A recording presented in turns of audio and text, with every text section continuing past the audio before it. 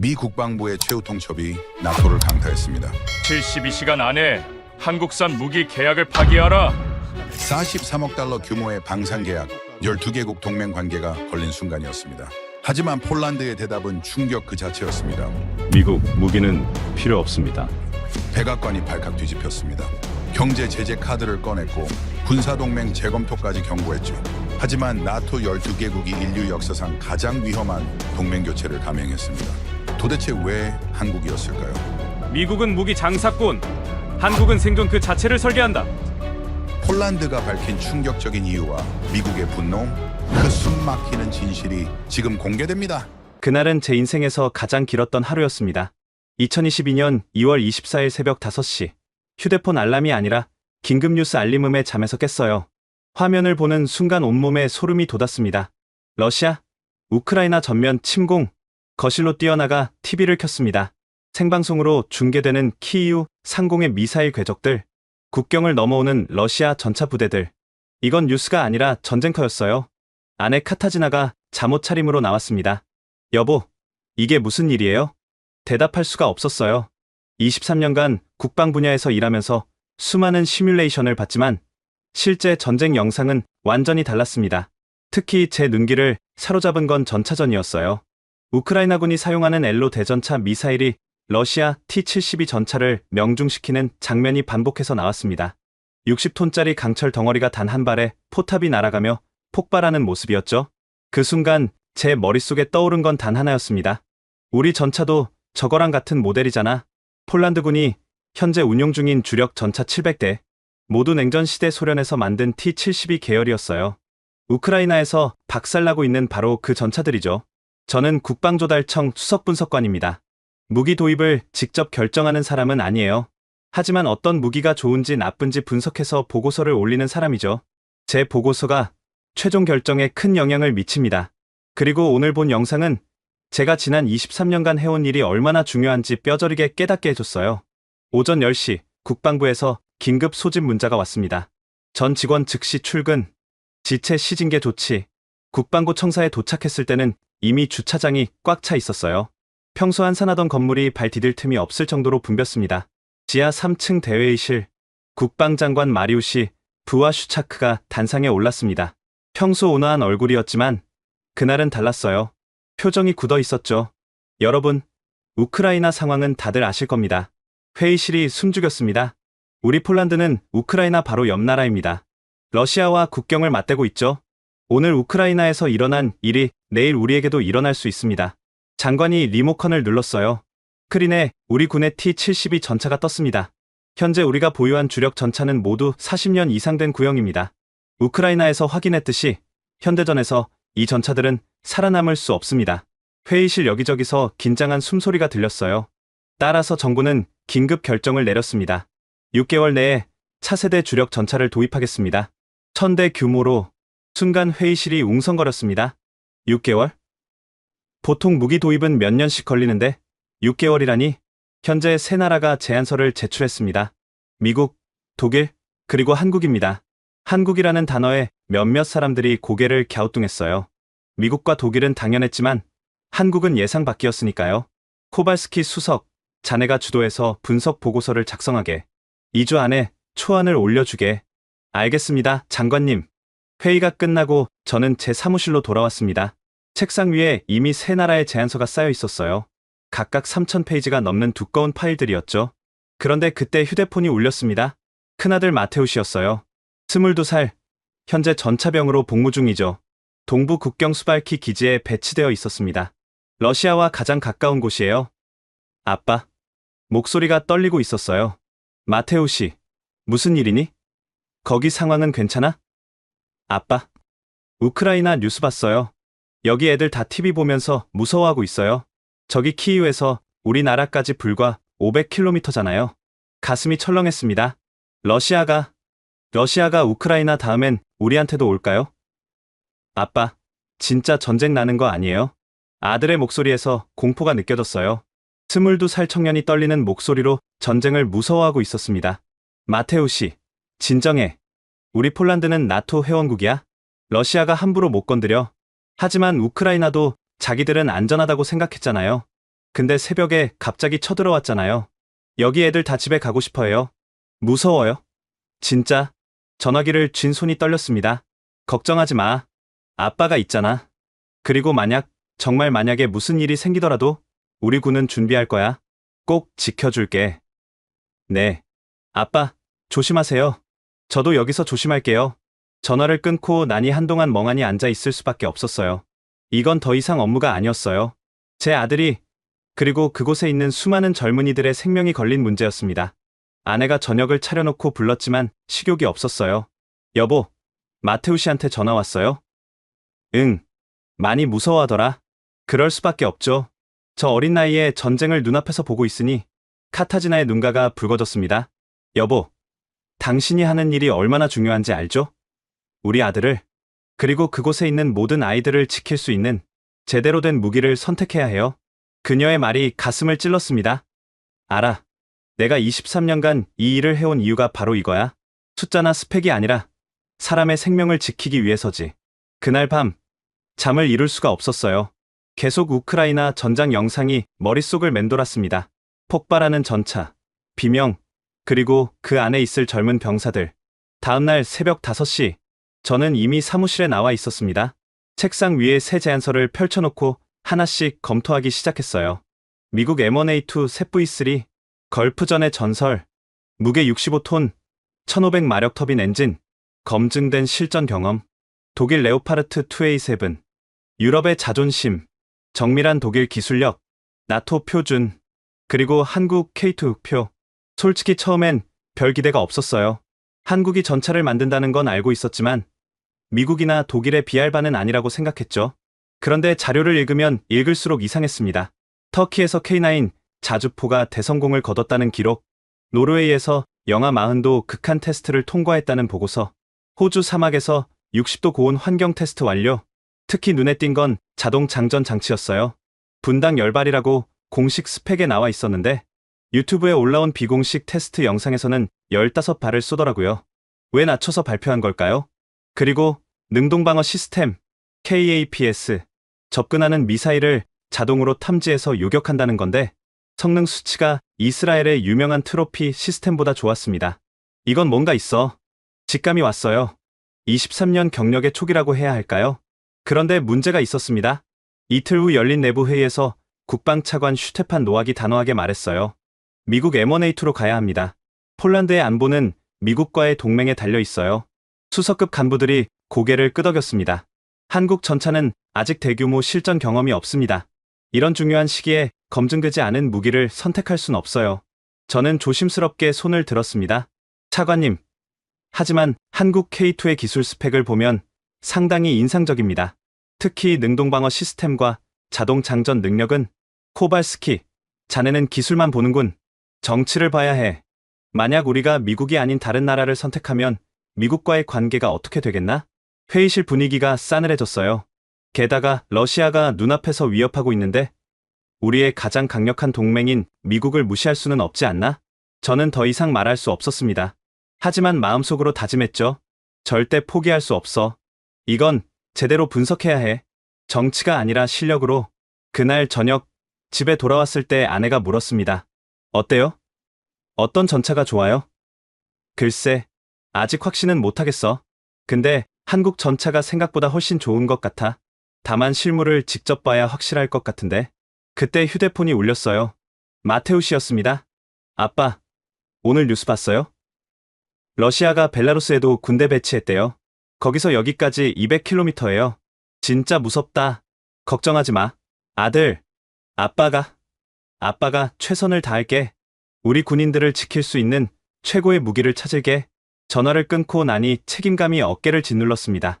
이건 단순한 보고서 작성이 아니었어요. 제 아들의 안전이, 폴란드의 미래가 제 손에 달려 있었습니다. 3일이 지났습니다. 제 책상은 완전히 서류 더미에 파묻혀 있었어요. 미국, 독일, 한국, 세 나라의 제안서를 수십 번 읽고 또 읽었습니다. 미국 M1A2의 제안서는 화려했어요. 걸프전 사진들이 가득했죠.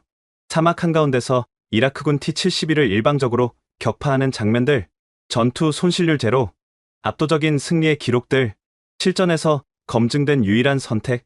제안서 첫 페이지에 굵은 글씨로 쓰여 있었습니다. 독일 레오파르트는 달랐어요. 기술 자료가 빼곡했습니다. 정밀한 설계도, 합금 성분표, 엔진 효율 그래프. 독일답게 모든 게 정확하고 체계적이었죠. 나토 16개국이 사용 중이라는 점도 강조하고 있었습니다. 유럽의 표준, 신뢰의 선택, 그들의 슬로건이었어요. 그런데 한국 K2의 제안서는 이상하게 조용했습니다. 화려한 사진도 없었어요. 과장된 문구도 없었죠. 그냥 담담하게 기술 데이터만 나열되어 있었습니다. 하지만 그 데이터가 심상치 않았어요. 자동 장전 장치 분당 열발. 근데 각주를 보니 표준 운용 기준이라고 쓰여 있더라고요. 그럼 최대 성능은 뭔데? 능동방어 시스템 동시 대응 2개 표적. 그런데 시스템 사양을 보니 레이더가 4개나 달려 있었어요. 2개만 막는데 왜 레이더가 4개? 뭔가 숨기고 있다는 느낌이 강하게 들었습니다. 그때 누군가 사무실 문을 두드렸어요. 들어오세요. 문이 열리고 낯선 남자가 들어왔습니다. 40대 중반쯤 되어 보이는 서양인이었어요. 값비싼 양복에 완벽한 미소. 코발스키 수석님이시죠? 만나 뵙게 되어 영광입니다. 유창한 폴란드어였습니다. 브래드 해리슨이라고 합니다. 미국 국방부 산하 컨설팅 회사에서 나왔습니다. 명함을 건넸어요. 금박이 들어간 고급 명함이었죠. 아, 예. 무슨 일로? 시간 되시면 저녁 식사나 함께 어떠실까요? 바르샤바 브리스톨 호텔에서 뵙고 싶습니다. 제안서에 대해 좀 더 자세히 설명드리고 싶어서요. 정중했지만 거절하기 어려운 분위기였어요. 응. 그러죠. 좋습니다. 오늘 저녁 7시에 뵙겠습니다. 그가 나가고 나서 뭔가 찜찜한 느낌이 들었습니다. 같은 날 오후, 독일 측에서도 연락이 왔어요. 이메일이었는데 정중하지만 압박하는 느낌이었습니다. 폴란드의 현명한 선택을 기대합니다. 레오파르트는 유럽 16개국의 선택입니다. 나토 표준화를 고려하신다면 당연한 결정이겠죠. 이메일 끝에는 프랑스 독일 연합 방산업체 로고가 박혀 있었어요. 그런데 한국 측에서는 아무 연락이 없었습니다. 이상했어요. 보통 이런 대형 계약에서는 다들 로비를 하기 마련인데 한국만 조용했죠. 저녁 7시 브리스톨 호텔. 바르샤바에서 가장 고급스러운 호텔이었어요. 1층 레스토랑은 샹들리에가 반짝이고 있었습니다. 브래드 해리슨이 이미 와 있었어요. 창가 좋은 자리에 앉아서 와인을 마시고 있었죠. 오셨군요. 앉으시죠. 테이블에는 이미 스테이크가 준비되어 있었습니다. 우선 식사부터 하시죠. 이야기는 천천히 나누면 됩니다. 식사를 시작했어요. 스테이크는 정말 맛있었습니다. 그가 와인을 따라주며 말했습니다. 코발스키 수석님, 23년 경력이시라고 들었습니다. 대단하시네요. 감사합니다. 그 정도 경력이시면 무기 시장이 어떻게 돌아가는지 잘 아시겠죠? 그의 눈빛이 날카로워졌어요. M1A2는 전 세계 8개국이 사용하고 있습니다. 이라크, 아프가니스탄에서 실전을 거쳤죠. 고장률 5% 미만, 생존율 98%. 이건 숫자가 아니라 생명입니다. 설득력 있는 말이었어요. 그리고 폴란드가 M1A2를 선택하면 미국은 더 많은 것을 제공할 수 있습니다. 더 많은 것이요? F-35 전투기 추가 도입 시 특별 할인, 패트리어트 미사일 시스템 우선 공급, 미군과의 합동훈련, 프로그램 확대. 그가 서류 몇 장을 꺼냈어요. 이건 비공식 제안입니다. 폴란드가 올바른 선택을 한다면 미국은 최고의 파트너가 될 겁니다. 올바른 선택. 그 말에 강조가 들어가 있었어요. 반대로 그가 와인을 한 모금 마셨습니다. 잘못된 선택은 관계를 복잡하게 만들 수 있습니다. 이해하시죠? 협박이었습니다. 정중한 말투로 포장했지만 명백한 협박이었어요. 해리슨 씨, 저는 폴란드 국익만 생각합니다. 정치적 고려가 아니라 순수하게 기술적 우수성으로 판단하려고 합니다. 물론이죠. 하지만 코발스키 수석님, 그가 몸을 앞으로 기울였어요. 기술도 중요하지만 국제관계는 더 중요합니다. 러시아가 폴란드를 노리고 있는 이 시점에 미국과의 관계를 해칠 수 있는 선택을 하시겠습니까? 가슴이 답답해졌습니다. 천천히 생각해보세요. 현명한 선택을 기대합니다. 그가 자리에서 일어났어요.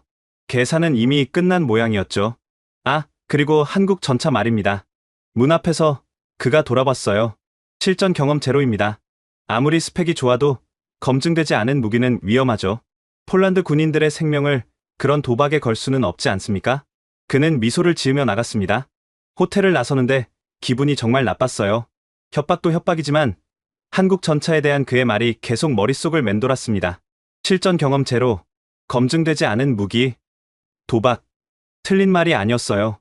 실제로 한국 K2는 아직 실전에 투입된 적이 없었으니까요. 택시를 타고 집으로 가는데 휴대폰이 울렸습니다. 모르는 번호였어요. 여보세요? 코발스키 수석님이십니까? 저는 한화디펜스 고태현이라고 합니다. 한국 사람이었어요. 약간 서툰 영어였지만 정중했습니다. 아, 예. 무슨 일로? 혹시 시간 되실 때 커피 한 잔 하실 수 있을까요? 제안서에 대해 질문이 있으실 것 같아서요. 응. 압박하려는 게 아닙니다. 그냥 궁금하신 거 있으시면 편하게 물어보시라고요. 내일 오전 어떠세요? 목소리가 진심처럼 들렸어요. 좋습니다. 내일 10시에 국방부 근처 카페에서 뵙죠. 감사합니다. 내일 뵙겠습니다. 전화를 끊고 나니 묘한 기분이 들었어요. 미국은 호텔 스위트룸에서 압박했고, 한국은 동네 카페에서 커피를 마시자고 했습니다. 이 차이가 뭘 의미하는 걸까요? 집에 도착했을 때 아내가 기다리고 있었어요. 어떻게 됐어요? 글쎄, 복잡해. 미국 쪽에서 압박이 들어오고 있어. 그럼 어떻게 할 거예요? 모르겠어. 솔직히 미국 전차가 안전한 선택이긴 해. 검증됐으니까. 근데 한국 전차 데이터를 보면 뭔가 숨기고 있는 것 같아. 좋은 쪽으로. 내일 한국 담당자를 만나볼 거야. 그날 밤도 잠을 설쳤습니다. 머릿속에서 숫자들이 계속 돌아갔어요. 미국 전차의 검증된 실전 기록, 독일 전차의 정밀한 기술력, 그리고 한국 전차의 이상하게 겸손한 스펙. 새벽에 다시 제안서를 꺼내봤습니다. 한국 K2 제안서 마지막 페이지에 작은 글씨로 이렇게 쓰여 있었어요. 공개 사양은 수출 표준 기준입니다. 실제 성능은 현장 시연에서 확인하실 수 있습니다. 실제 성능? 그럼 공개된 것보다 더 좋다는 얘기인가? 궁금증이 폭발할 것 같았습니다. 다음날 아침이 빨리 오기를 기다렸어요. 다음날 오전 10시, 국방부에서 걸어서 5분 거리에 있는 작은 카페였어요. 관광객들도 별로 없는 조용한 곳이었죠. 고태현은 이미 와 있었습니다.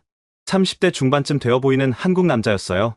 평범한 정장에 검은 뿔테 안경.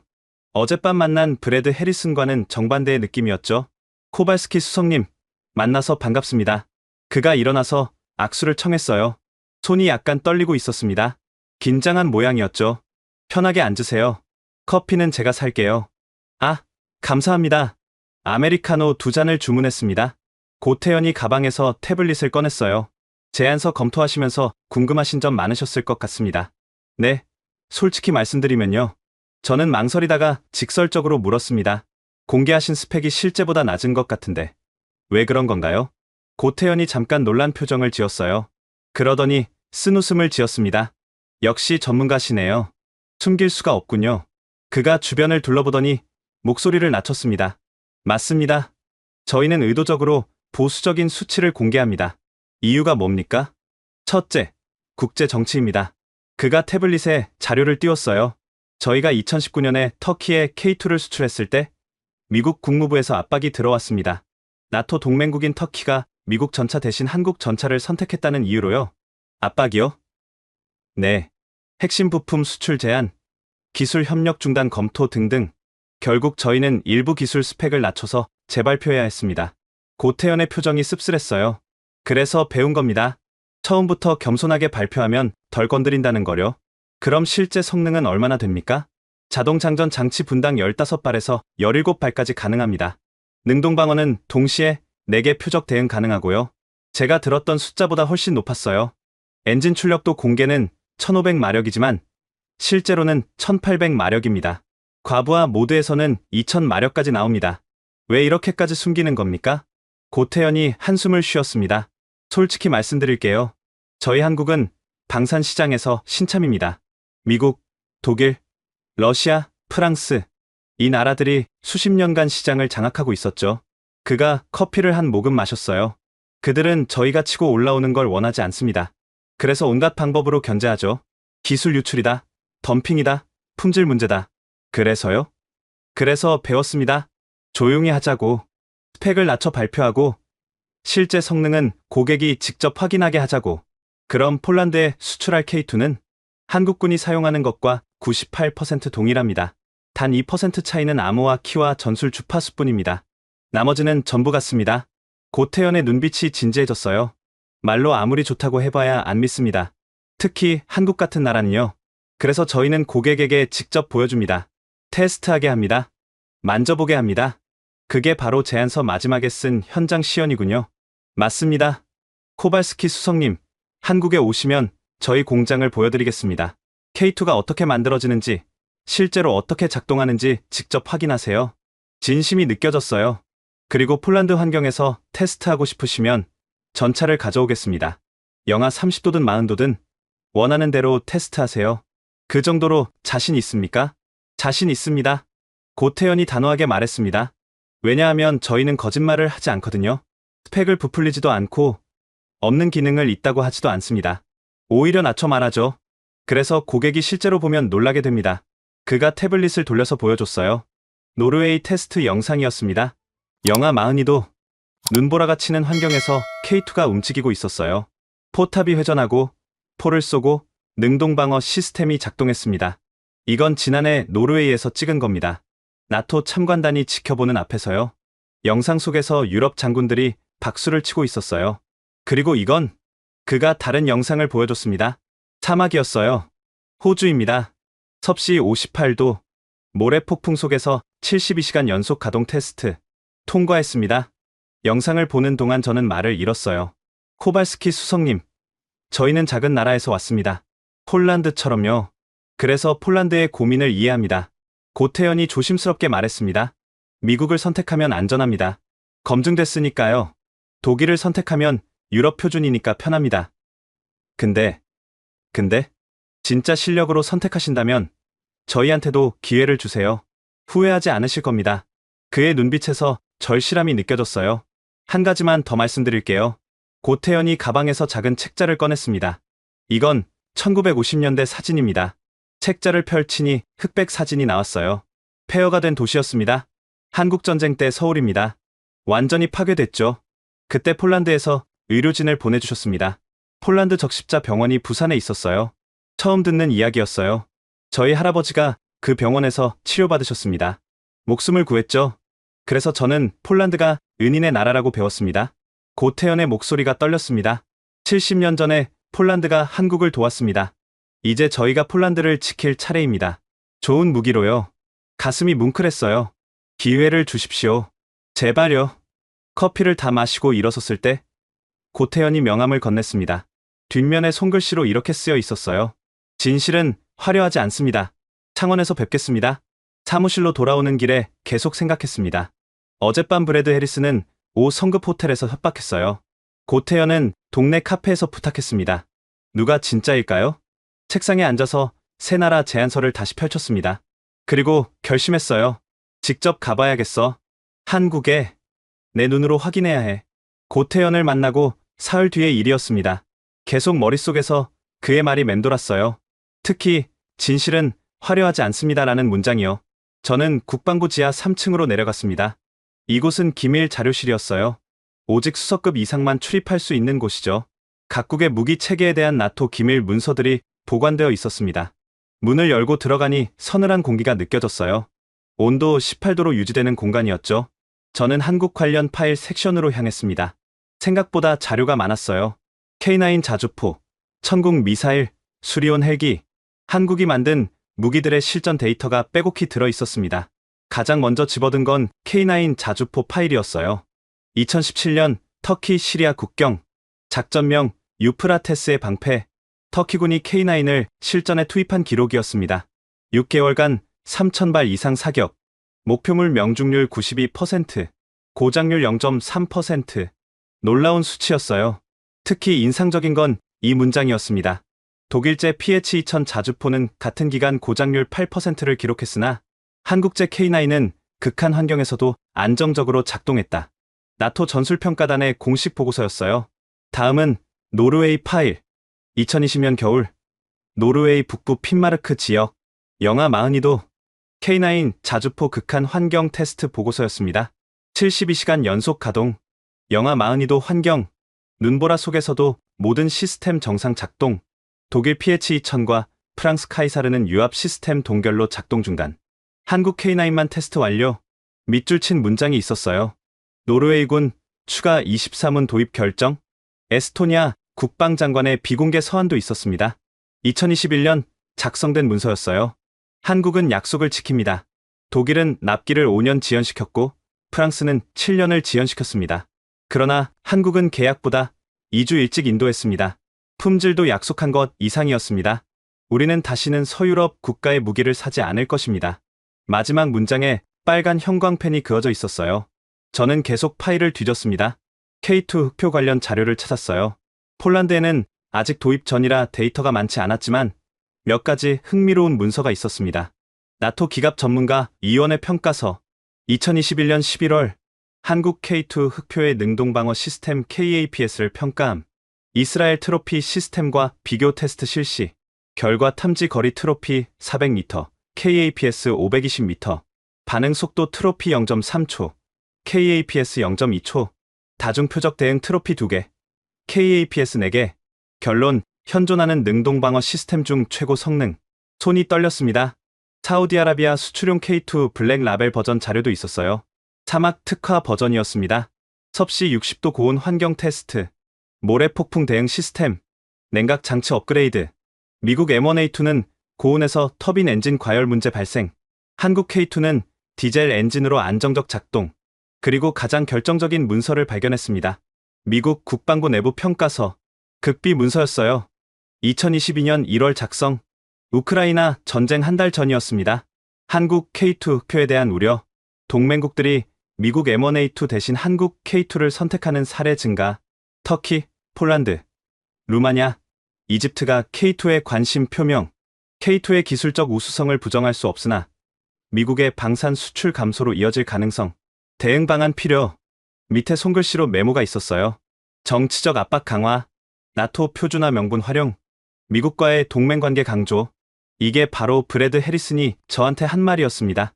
저는 모든 자료를 복사했어요. 130페이지 분량이었습니다. 그리고 이 자료들을 바탕으로 중간 보고서를 작성하기 시작했습니다. 사흘 밤을 새웠어요. 커피만 20잔을 마셨습니다. 아내가 걱정할 정도였죠. 여보, 건강 챙겨요. 왜 이렇게까지?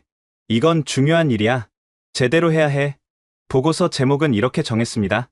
차세대 주력전차 도입 1차 분석 실전 데이터 기반 객관적 평가. 결론 부분에 이렇게 썼어요. 한국 K2 흑표는 공개된 스펙보다 실제 성능이 우수한 것으로 판단됨.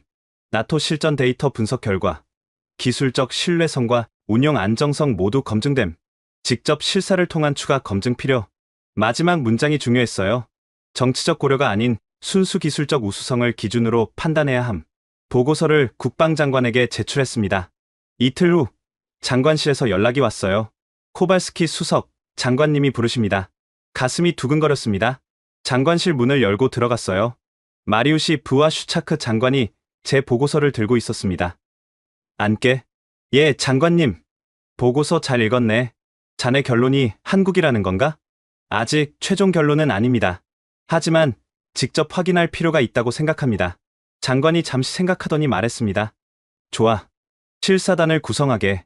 자네가 단장을 맡아. 한국에 가서 직접 보고 오게. 감사합니다, 장관님. 하지만 코발스키 장관의 표정이 진지해졌어요.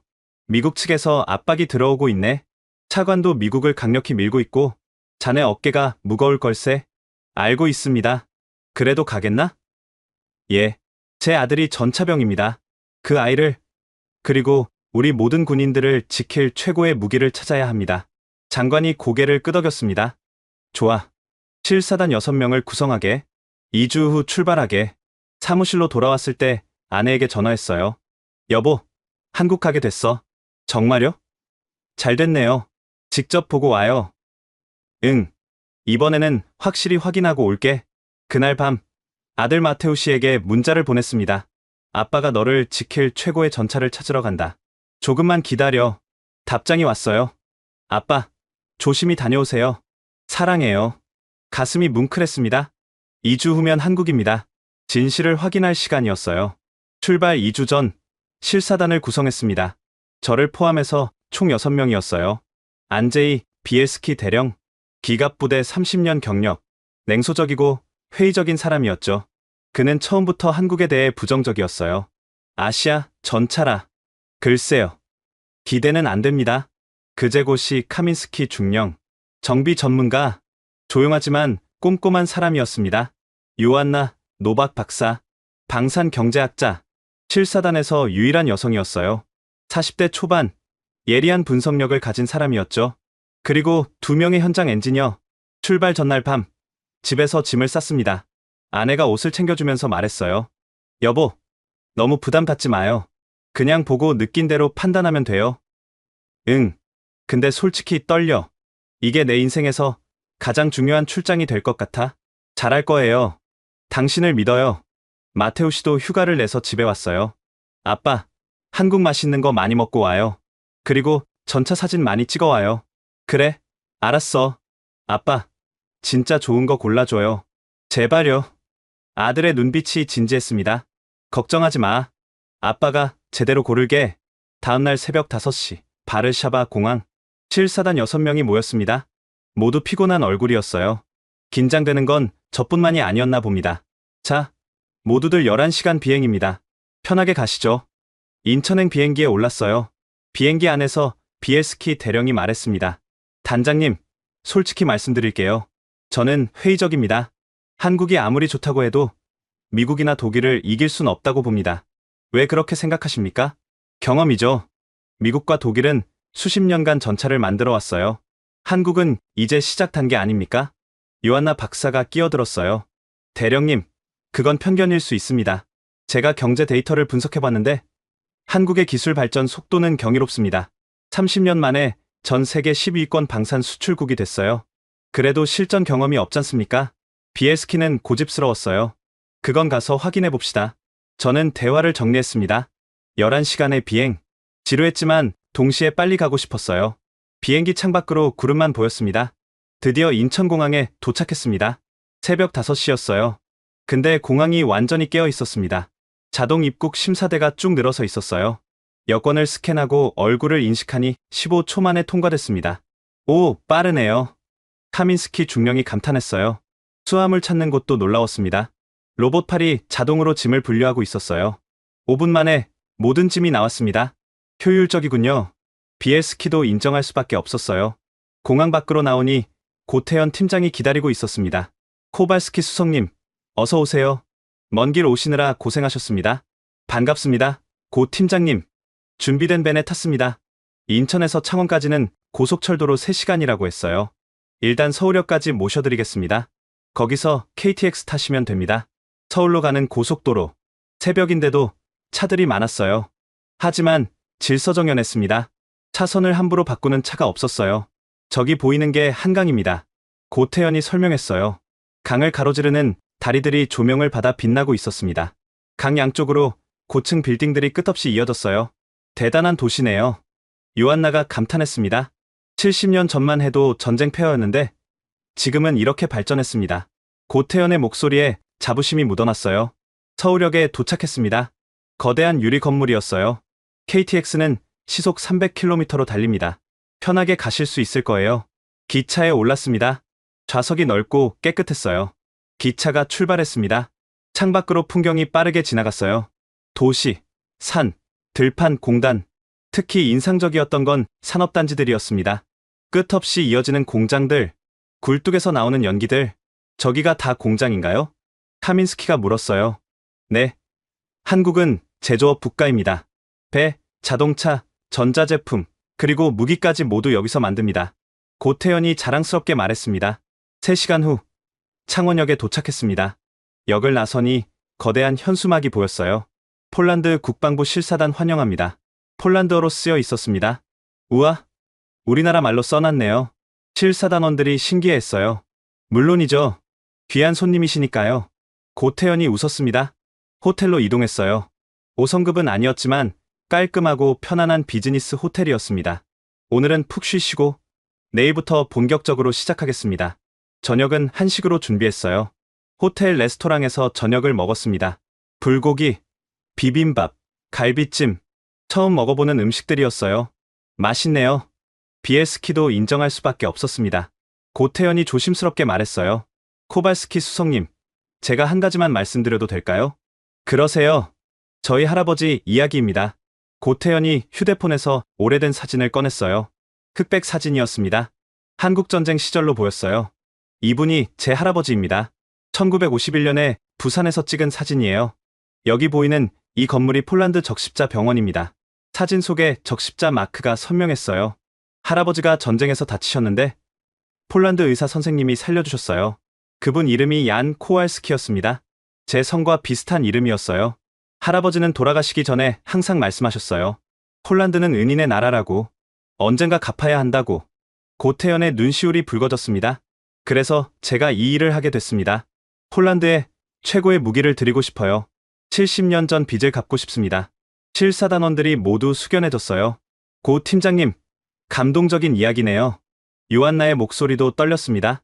내일부터 저희가 어떤 무기를 만드는지 보여드리겠습니다. 자신 있습니다. 저녁을 마치고 방으로 돌아왔습니다. 창밖으로 창원 시내가 보였어요. 밤인데도 공장들의 불빛이 반짝이고 있었습니다. 아내에게 문자를 보냈어요. 무사히 도착했어. 내일부터 본격적으로 시작해. 기대되면서도 떨려. 답장이 왔습니다. 잘할 거예요. 편견 없이 봐요. 사랑해요. 휴대폰을 내려놓고 침대에 누웠습니다. 1100km를 날아왔어요. 내일이면 진실을 알 수 있을 겁니다. 한국 K2가 정말 최고인지 아니면 그냥 과장된 광고인지 긴장되면서도 기대됐습니다. 눈을 감았어요. 내일을 위해 푹 자야 했습니다. 다음날 아침 8시 하나디펜스 창원 공장 정문 앞에 섰습니다. 거대한 철문이 천천히 열렸어요. 그 안으로 들어서는 순간 모두가 말을 잃었습니다. 축구장 20개를 합쳐놓은 것 같은 공간이었어요. 천장은 30m 높이, 거대한 크레인들이 천천히 움직이고 있었습니다. 와, 비에스키 대령도 감탄을 금치 못했어요. 여기서 K2를 만듭니다. 연간 200대 생산 능력입니다. 고태연이 자랑스럽게 설명했습니다. 생산 라인을 따라 걸었어요. 첫 번째 구역은 장갑 제작실이었습니다. 로봇 팔들이 정밀하게 강철판을 용접하고 있었어요. 불꽃이 튀었지만 로봇은 흔들림 없이 작업했습니다. 용접 오차가 얼마나 됩니까? 카민스키 중령이 물었어요. 0.1mm 이내입니다. 0.1mm요? 그게 가능한가요? 보시는 대로입니다. 저희는 독일에서 로봇을 수입했지만 소프트웨어는 자체 개발했습니다. 더 정밀하게 만들었죠. 카민스키가 고개를 끄덕였습니다. 다음은 포탑 조립실. 거대한 포탑이 천천히 회전하고 있었어요. 기술자들이 케이블을 연결하고 센서를 부착하고 있었습니다. 저기 보이는 게 자동 장전 장치입니다. 고태연이 가리켰어요. 포탑 안쪽에 복잡한 기계 장치가 들어 있었습니다. 마치 정밀 시계처럼 보였어요. 아름답군요. 비엘스키가 중얼거렸습니다. 냉소적이던 그도 인정할 수밖에 없었어요. 포탄이 어떻게 장전되는지 보여드릴까요? 고태연이 컴퓨터로 시뮬레이션을 띄웠습니다. 화면에서 포탄이 자동으로 회전하며 포에 장전되는 모습이 나왔어요. 3초. 단 3초 만에 장전이 완료됐습니다. 3초요? 정말입니까? 네. 분당 15발까지 가능합니다. 실전에서는 17발까지 나온 적도 있습니다. 17발. 실사단원들이 서로 눈빛을 교환했어요. 다음 구역으로 이동했습니다. 드디어 완성된 K2 표가 보였습니다. 전시홀 중앙에 떡하니 서 있었어요. 검은색 장갑, 날렵한 포탑, 55 구경장 120mm 활강포. 멋있네요. 요한나가 감탄했습니다. 실물로 보니 정말 다르네요. 다가가서 만져봤습니다. 차갑고 단단한 강철. 하지만 동시에 우아한 곡선미가 느껴졌어요. 올라가 보시겠습니까? 네. 사다리를 타고 포탑 위로 올라갔습니다. 해치를 열고 안으로 들어갔어요. 전차 내부는 생각보다 넓었습니다. 그리고 깨끗했어요. 이게 조종석입니다. 운전수 자리에 앉았습니다. 앞에 대형 디스플레이 3개가 있었어요. 전부 디지털화되어 있습니다. 조이스틱 하나로 모든 걸 제어할 수 있습니다. 정말 게임처럼 생겼네요. 비에스키가 놀란 표정이었어요. 포수 자리로 이동했습니다. 이게 사격 통제 시스템입니다. 화면에 표적이 나타났어요. 십자선이 자동으로 표적을 추적했습니다. 인공지능이 표적을 자동으로 인식합니다. 포수는 그냥 방아쇠만 당기면 됩니다. 자동 조준이요? 네. 명중률이 95% 이상입니다. 이동 중에도요. 전차에서 내려왔습니다. 그때 한 사람이 다가왔어요. 40대 초반, 안경 낀 남자였습니다. 소개합니다. 저희 수석 설계자 서준혁 박사님입니다. 서준혁이 악수를 청했습니다. 만나서 반갑습니다. MIT에서 기계공학 박사를 했고 지금은 K2 개발을 총괄하고 있습니다. 반갑습니다, 박사님. 서준혁의 눈빛이 강렬했어요. 자신의 작품을 자랑하고 싶어하는 예술가 같았습니다. 이제 진짜 중요한 걸 보여드리죠. 시뮬레이터 실로 갑시다. 건물 지하로 내려갔습니다. 거대한 돔 형태의 방이 나타났어요. 안에 K2 실물 크기 시뮬레이터가 있었습니다. 실제 K2와 똑같습니다. 여기서 훈련을 합니다. 직접 해보실 수 있습니까? 물론입니다. 요한나 박사님, 한번 해보시겠어요?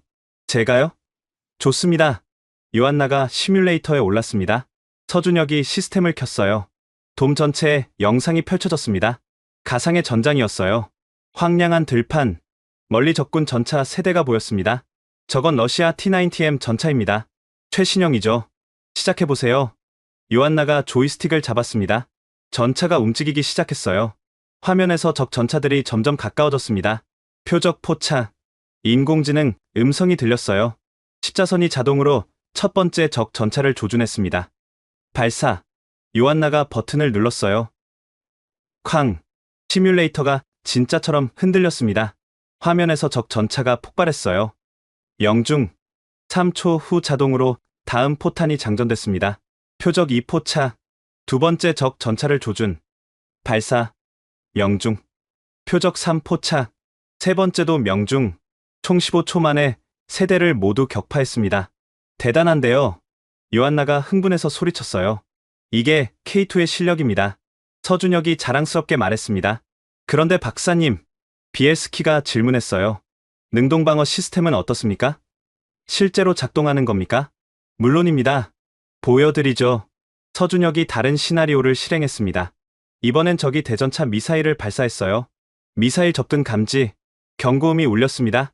화면에 미사일이 빠르게 날아오는 게 보였어요. 그 순간 K2의 포탑 양쪽에서 작은 발사체가 튀어나왔습니다. 쾅! 미사일이 공중에서 폭발했어요. K2에 닿기 전에 요격당한 겁니다. 0.2초 만에 반응했습니다. 서준혁이 설명했습니다. KAPS 시스템은 레이더와 레이저 센서를 동시에 사용합니다. 500m 밖에서 미사일을 탐지하고 0.2초 안에 요격합니다. 그럼 여러 발이 동시에 오면요? 4개까지 동시 대응 가능합니다. 보여드릴까요? 서준혁이 극한 시나리오를 실행했습니다. 적이 동시에 5발의 미사일을 발사했어요. K2의 능동방어 시스템이 즉시 반응했습니다. 쾅! 쾅! 쾅! 쾅! 네 발을 요격했어요. 그리고 마지막 한 발은 전차가 자동으로 스모크를 발사하며 급회전했습니다. 미사일이 스모크에 가려 빗나갔어요. 5발 중 4발 요격, 1발 회피. 생존율 100%입니다. 실사단원들이 박수를 쳤습니다. 믿을 수 없네요. 이게 정말 가능한 겁니까? 비엘스키가 물었어요. 가능합니다. 실제 테스트에서도 성공했습니다. 서준혁이 단호하게 말했습니다. 점심시간이 됐습니다. 공장 구내식당에서 식사를 했어요. 김치찌개와 불고기가 나왔습니다. 식당에서 젊은 엔지니어들을 만났어요. 20대 후반에서 30대 초반으로 보였습니다. 안녕하세요. 저는 엔진 파트 담당하는 정우성입니다. 한 엔지니어가 인사했어요. K2 엔진은 독일 MTU 디젤 엔진을 기반으로 개발했습니다. 하지만 저희가 완전히 재설계했어요. 어떻게 재설계했습니까? 출력을 높이고 연비를 개선하고 내구성을 강화했습니다. 독일 원본보다 20% 더 좋습니다. 자부심이 가득한 얼굴이었어요. 저는 전자 시스템 담당합니다. 다른 엔지니어가 말했어요. K2의 모든 시스템은 네트워크로 연결되어 있습니다. 10km 내의 아군 전차들과 실시간으로 정보를 공유해요. 한 대가 적을 발견하면 모든 전차가 동시에 알게 됩니다. 그럼 협동 작전이 가능하겠네요. 네, 맞습니다. 지휘관이 한 곳에서 모든 전차를 통제할 수도 있고 각 전차가 자율적으로 판단해서 움직일 수도 있습니다. 젊은 엔지니어들의 눈빛이 반짝였어요. 자신들이 만든 무기에 대한 자부심과 열정이 느껴졌습니다. 식사를 마치고 오후 일정이 시작됐습니다. 서준혁 박사가 회의실로 안내했어요. 이제 핵심을 말씀드리겠습니다. 대형 스크린에 K2의 3차원 설계도가 떴습니다. K2의 철학은 단순합니다. 강한 무기가 아니라 똑똑한 무기를 만드는 것. 서준혁이 설명을 시작했습니다. 현대전은 화력전이 아닙니다. 정보전이고 전자전입니다. 우크라이나에서 확인하셨죠? 드론, 미사일, 전자교란. 단순히 장갑이 두껍다고 이기는 게 아닙니다. 화면이 바뀌었어요. 우크라이나 전장 영상이 나왔습니다. 러시아 T-72와 T-90가 왜 많이 파괴됐을까요? 장갑이 약해서가 아닙니다. 적의 공격을 미리 탐지하지 못했기 때문입니다. 능동방어가 없었다는 말씀이군요. 맞습니다. 그래서 저희는 능동방어에 집중했습니다. KAPS는 세계 최고 수준입니다. 이스라엘 트로피보다 30% 빠릅니다. 다음 슬라이드. 두 번째는 자동화입니다. 전차는 보통 4명이 운용합니다. 하지만 K2는 3명입니다. 자동장전 장치 덕분에 장전수가 필요 없죠. 인력을 줄이는 게 장점입니까? 요한나가 물었어요. 인력만이 아닙니다. 인간은 피곤하면 실수합니다. 하지만 기계는 72시간을 연속으로 작동해도 정확합니다. 분당 15발. 절대 흔들림이 없습니다. 세 번째는 네트워크입니다. 화면에 전술 지도가 나타났어요. K2는 혼자 싸우지 않습니다. 드론, 헬기, 다른 전차들과 정보를 공유하며 싸웁니다. 이게 진짜 미래 전쟁입니다. 서준혁이 우리를 바라봤습니다. 코발스키 수석님, 한 가지만 솔직히 말씀드리겠습니다. 말씀하세요. 저희가 공개한 스펙 기억하시죠? 분당 10발, 능동방어 2개 표적, 엔진 1500마력. 네, 전부 낮춰서 말한 겁니다. 실제는 분당 15발, 능동방어 4개 표적, 엔진 1800마력입니다. 순간 실사단원들이 술렁였어요. 왜 그렇게 했습니까? 비에스키가 날카롭게 물었습니다. 미국 때문입니다. 서준혁의 표정이 굳어졌어요.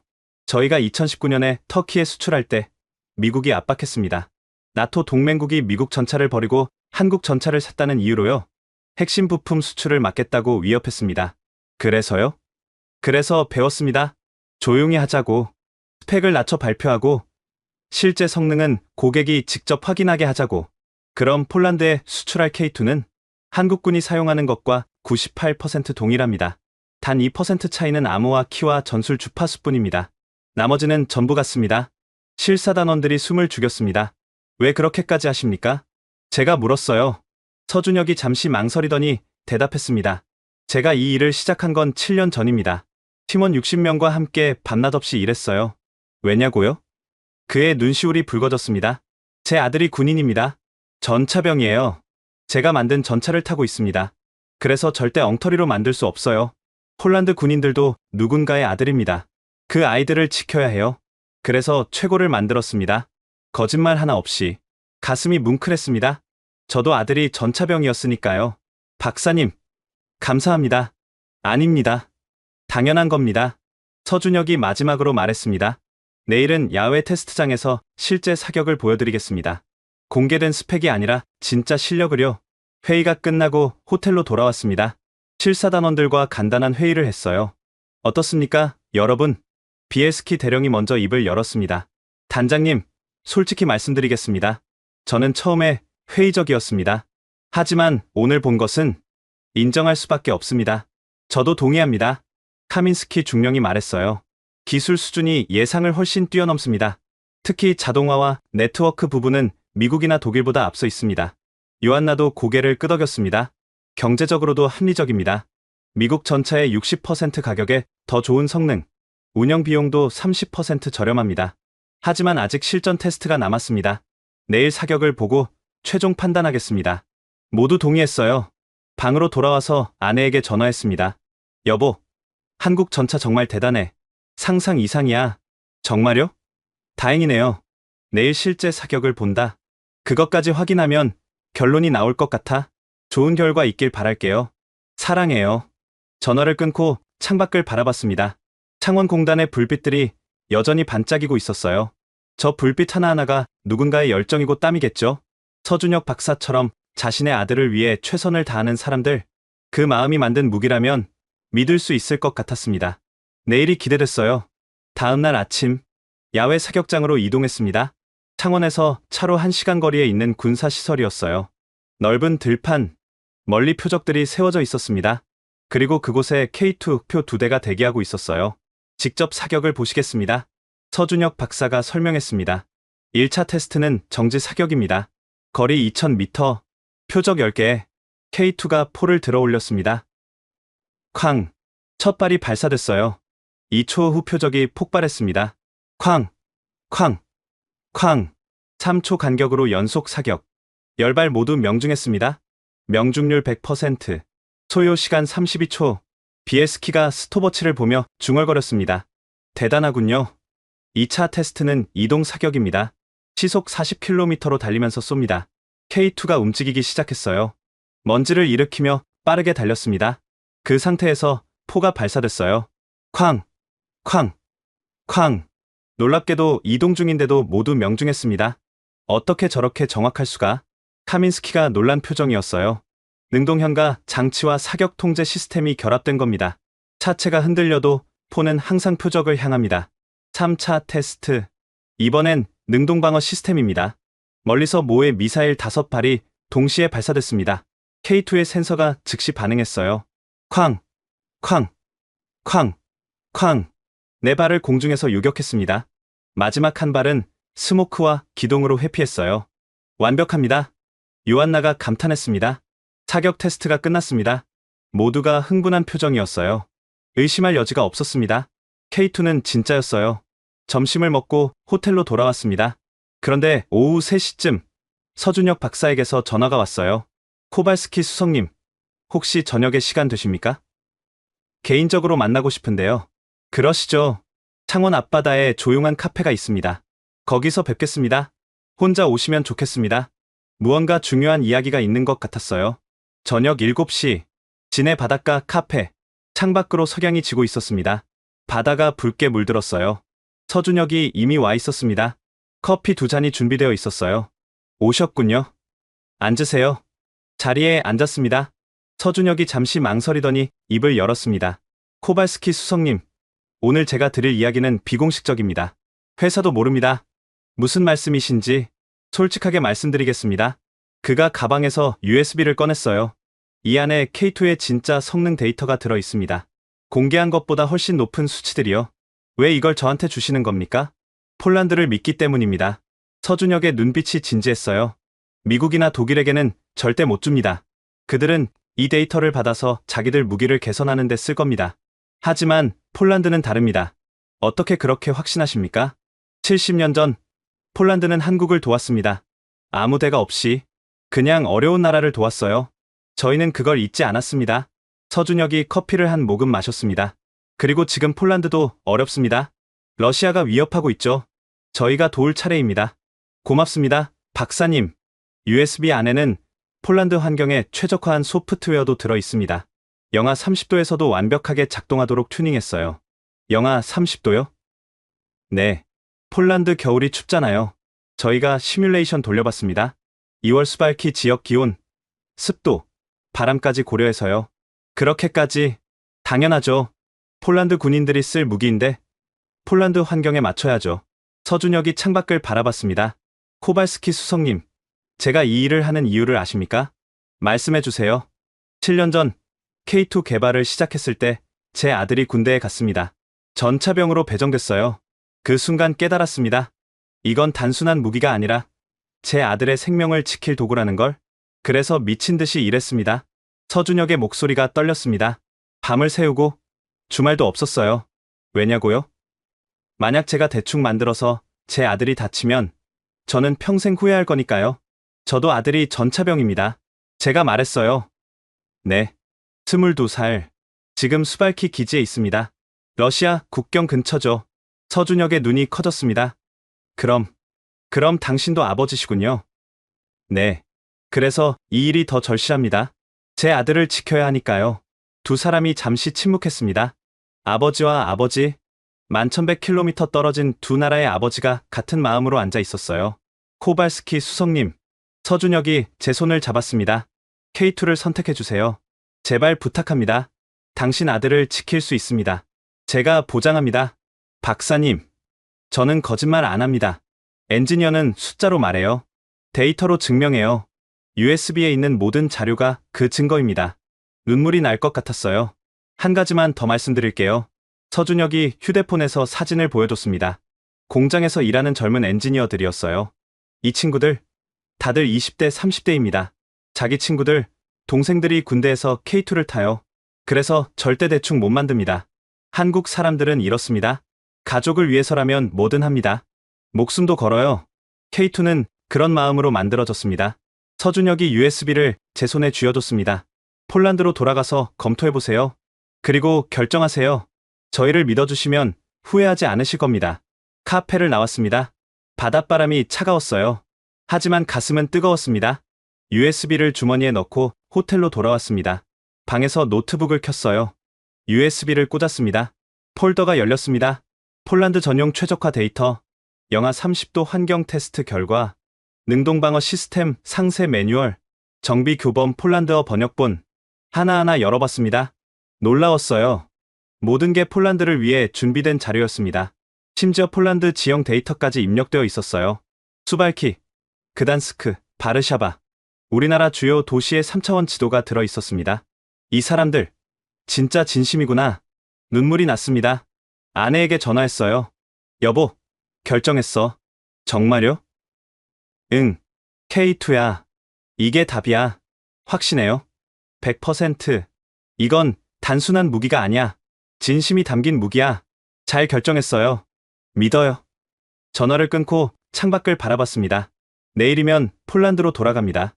그리고 보고서를 작성해야 해요. 이번엔 확신을 가지고 쓸 수 있을 것 같았습니다.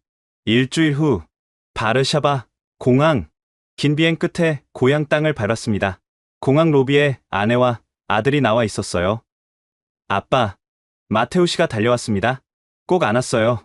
잘 다녀왔니? 응. 아빠, 한국 어땠어요?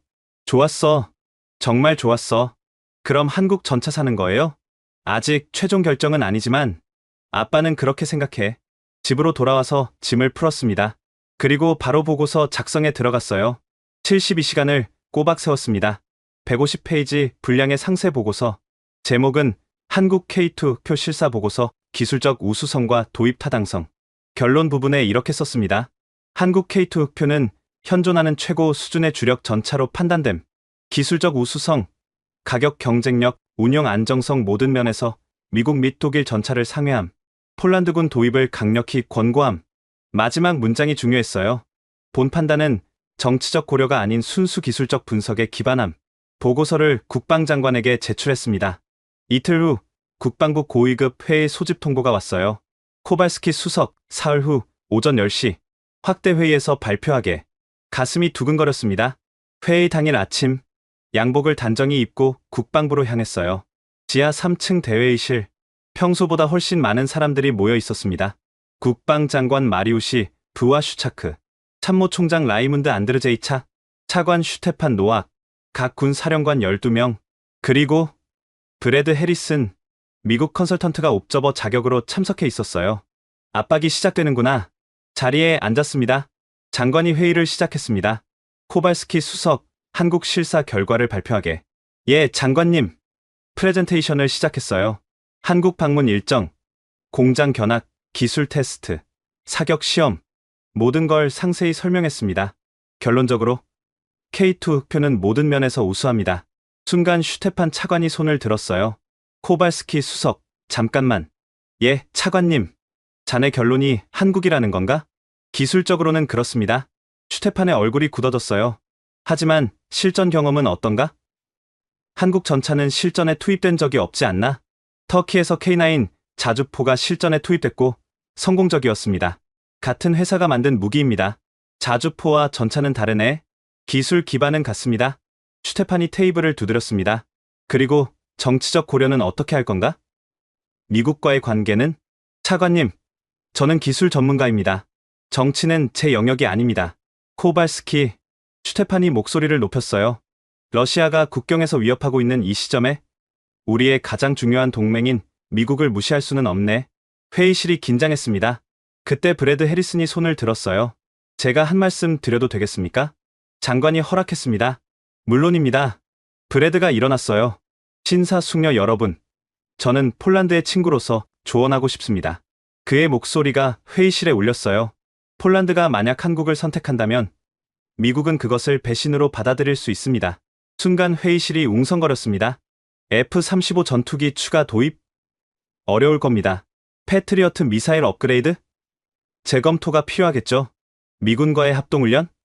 축소될 수 있습니다. 노골적인 협박이었어요. 물론 결정은 폴란드의 몫입니다. 하지만 현명한 선택을 하시길 바랍니다. 브래드가 앉았습니다. 회의실 분위기가 얼어붙었어요. 많은 사람들이 고개를 숙였습니다. 그때 참모 총장이 입을 열었습니다. 해리슨 씨, 질문 하나 하겠습니다. 예.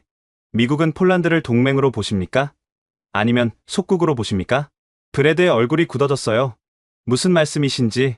동맹이라면 우리의 선택을 존중해야 합니다. 속국이라면 명령할 수 있겠죠. 어느 쪽입니까? 물론 동맹입니다. 그렇다면 우리의 선택을 존중하십시오. 참모 총장의 목소리가 단호했습니다. 저는 정치가가 아니라 군인입니다. 군인의 임무는 병사들의 생명을 지키는 것입니다. 코발스키 수석의 보고서를 읽어봤습니다. 기술적으로 명확합니다. 한국 전차가 최고입니다. 하지만 총장님, 슈테판이 끼어들려고 했지만 장관이 손을 들어 제지했습니다. 충분합니다. 마리우시 장관이 일어났어요. 코발스키 수석의 보고서는 훌륭했습니다. 하지만 이건 중대한 결정입니다. 더 신중해야 합니다. 장관이 회의실을 둘러봤습니다. 한 달 후 폴란드 현지에서 세 개국 전차를 동시에 테스트하겠습니다. 우리 환경에서 우리 군인이 직접 운용해보고 결정하겠습니다. 좋은 결정입니다. 장관님. 참모 총장이 동의했어요. 미국, 독일, 한국, 세 나라 모두에게 공정한 기회를 주겠습니다. 그리고 그 결과로 최종 결정을 내리겠습니다. 회의가 끝났습니다. 복도로 나오는데 브래드 해리슨이 다가왔어요. 코발스키 씨, 현명한 선택을 하시길 바랍니다. 후회하지 마시고요. 그는 차가운 미소를 지으며 지나갔습니다. 저는 주먹을 꽉 쥐었어요. 절대 굴복하지 않겠어. 사무실로 돌아와서 실사단원들에게 연락했습니다. 한 달 후 폴란드 현지 테스트입니다. 준비합시다. 알겠습니다, 단장님. 그날 밤 아들에게서 전화가 왔어요.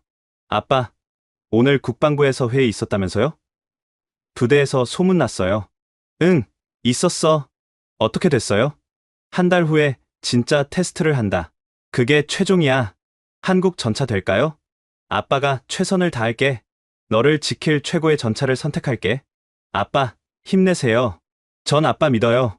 전화를 끊고 창밖을 바라봤습니다. 한 달 후, 운명이 결정될 겁니다. 한 달이 지났습니다. 겨울 초입, 폴란드 북동부 수발키 훈련장. 러시아 국경에서 불과 200km 떨어진 곳이었어요. 기온은 영하 28도, 눈보라가 몰아치고 있었습니다. 끔찍한 날씨군요. 비엘스키 대령이 중얼거렸어요. 하지만 이게 우리 현실입니다. 전쟁은 날씨 좋을 때만 나는 게 아니니까요. 세 나라에서 전차가 도착했습니다. 미국 M1A2 ZV-3 2대, 거대한 수송기에서 내려왔어요. 독일 레오파르트 2A7 2대, 트럭에 실려왔습니다.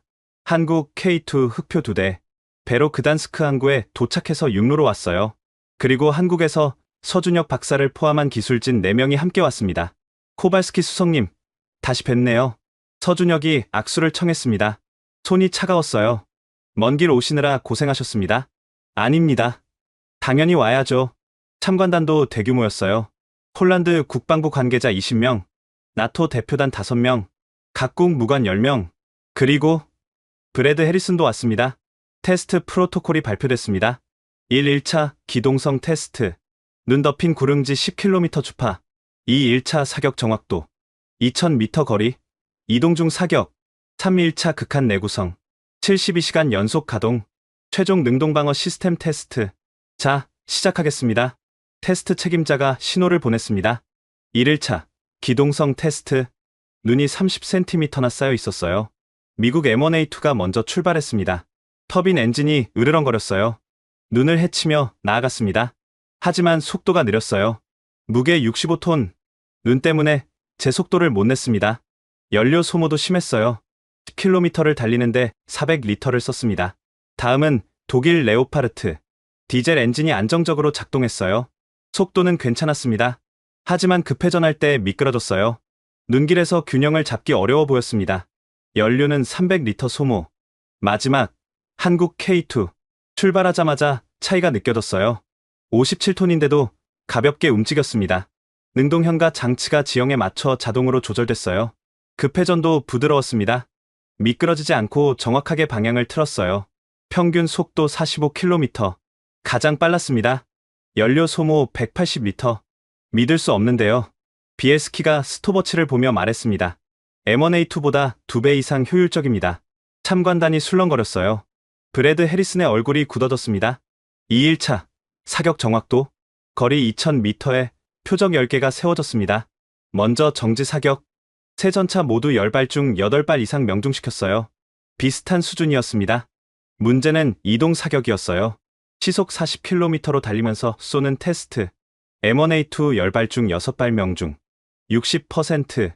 레오파르트 10발 중 7발 명중. 70%. K2 10발 중 10발 명중. 100%. 어떻게 저게 가능하죠?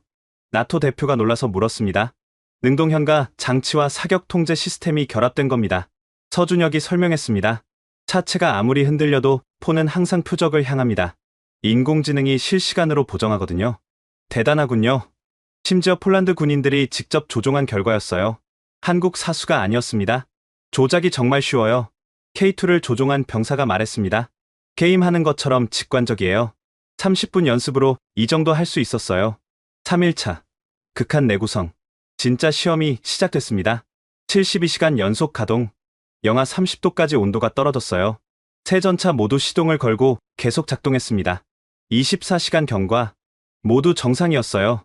36시간 경과. M1A2에서 이상 징후가 나타났습니다. 유압 시스템이 얼기 시작했어요. 포탑 회전이 느려졌습니다. 온도가 너무 낮습니다. 유압유가 점성을 잃고 있어요. 미국 기술진이 당황했습니다. 48시간 경과. M1A2 작동 중단. 유압 시스템 완전 동결. 테스트 중단하겠습니다. 미국 팀이 기권했어요. 레오파르트와 K2만 남았습니다. 60시간 경과. 온도가 영하 32도까지 떨어졌어요. 레오파르트 엔진에서 연기가 나기 시작했습니다. 과열입니다. 냉각 시스템이 역으로 작동하고 있어요. 독일 기술진이 소리쳤습니다. 레오파르트도 중단했어요. K2만 남았습니다. 72시간 완주. 서준혁이 K2를 점검했습니다. 모든 시스템 정상입니다. 참관단이 박수를 쳤어요. 어떻게 가능한 겁니까? 독일 기술자가 물었습니다. 시베리아를 대비해서 설계했습니다. 서준혁이 자랑스럽게 대답했습니다. 영하 40도에서도 작동하도록 만들었거든요. 폴란드 겨울은 오히려 따뜻한 편입니다. 브래드 해리슨이 창백한 얼굴로 지켜보고 있었어요. 최종 테스트. 능동방어. 마지막 시험이었습니다. 모해 대전차 미사일을 발사해서 능동방어 시스템을 테스트하는 겁니다. M1A2는 능동방어 시스템이 없었어요. 패스. 레오파르트에는 독일제 시스템이 장착되어 있었습니다. 미사일 3발 동시 발사. 레오파르트가 2발을 요격했어요. 한 발은 명중했습니다. 67% 요격률입니다. 다음은 K2. 5발 동시 발사하겠습니다. 테스트 책임자가 말했습니다. 5발요? 너무 가혹한 거 아닙니까? 참관단이 웅성거렸어요. 괜찮습니다. 해보세요. 서준혁이 자신있게 말했습니다. 5발의 모해 미사일이 동시에 발사됐습니다. K2의 센서가 즉시 반응했어요. 쾅! 쾅! 쾅! 쾅! 4발을 공중에서 요격했습니다. 마지막 한 발은 K2가 자동으로 스모크를 발사하며 급회전했어요. 미사일이 빗나갔습니다. 5발 전부 대응. 생존율 100%. 참관단이 기립박수를 쳤습니다. 나토 대표가 감탄하며 말했습니다. 이런 시스템은 처음 봅니다. 21세기 전차의 새로운 기준이군요. 테스트가 끝났습니다. 결과는 명확했어요. 기동성 K2 1위, 사격 정확도 K2 1위, 극한 내구성 K2만 완주, 능동방어 K2 압도적 1위, 연료 효율 K2 2배 우수. 그날 저녁 임시막사에서 회의가 열렸습니다. 국방장관, 참모총장, 그리고 고위 관계자들, 이제 투표하겠습니다. 장관이 말했습니다. 미국 M1A2에 찬성하시는 분? 3명이 손을 들었어요. 슈테판 차관을 포함해서. 독일 레오파르트에 찬성하시는 분? 1명이 손을 들었습니다. 한국 K2에 찬성하시는 분? 16명이 손을 들었어요. 저도 손을 들었습니다. 장관이 선언했습니다. 투표 결과 한국 K2 흑표로 결정합니다. 회의실이 박수로 가득 찼어요. 저는 눈물을 참을 수 없었습니다. 밖으로 나왔어요. 눈이 내리고 있었습니다. 서준혁이 다가왔습니다. 축하합니다. 코발스키 수석님, 박사님, 고맙습니다. 아닙니다. 당신이 용기를 낸 겁니다. 2 사람이 악수했습니다. 그때 휴대폰이 울렸어요. 마테우시였습니다. 아빠, 소식 들었어요. 한국 전차로 결정됐다면서요? 응, 그래. 아빠, 고마워요. 진짜 고마워요. 아들의 목소리가 떨렸습니다. 우리 이제 살았어요. 좋은 전차를 갖게 됐어요. 눈물이 흘러내렸습니다. 아빠가 지킬게, 꼭 지킬게, 사랑해요. 아빠, 전화를 끊고 하늘을 봤습니다. 눈송이들이 조용히 내리고 있었어요. 긴 싸움이 끝났습니다. 이제 시작입니다. 지금까지 폴란드 국방조달청 수석분석관 야로스와프 코발스키의 이야기 어떠셨나요? 몇 년 전 한 사람의 용기 있는 선택이 두 나라의 운명을 바꿨습니다. 때론 혼자 싸워야 할 때가 있습니다. 모두가 반대해도 진실을 믿어야 할 때가 있죠. 코발스키는 그 길을 선택했고 역사를 만들었습니다. 한국과 폴란드의 우정은 지금도 계속되고 있습니다. 전차를 넘어 전투기로, 그리고 더 많은 협력으로 확대되고 있죠. 작은 나라 한국이 유럽 방산 시장을 바꾸고 있습니다. 진심과 기술력으로요. 이 감동적인 이야기를 더 많은 사람들에게 알려주세요. 구독과 좋아요, 그리고 특히 공유 부탁드립니다. 한국의 기술력과 정직함을 세상에 알리기 위해 이 영상을 널리 퍼뜨려주세요. 지금까지 코리아 원더풀이었습니다. 감사합니다. 감사합니다. 감사합니다. 감사합니다. 감사합니다. 감사합니다.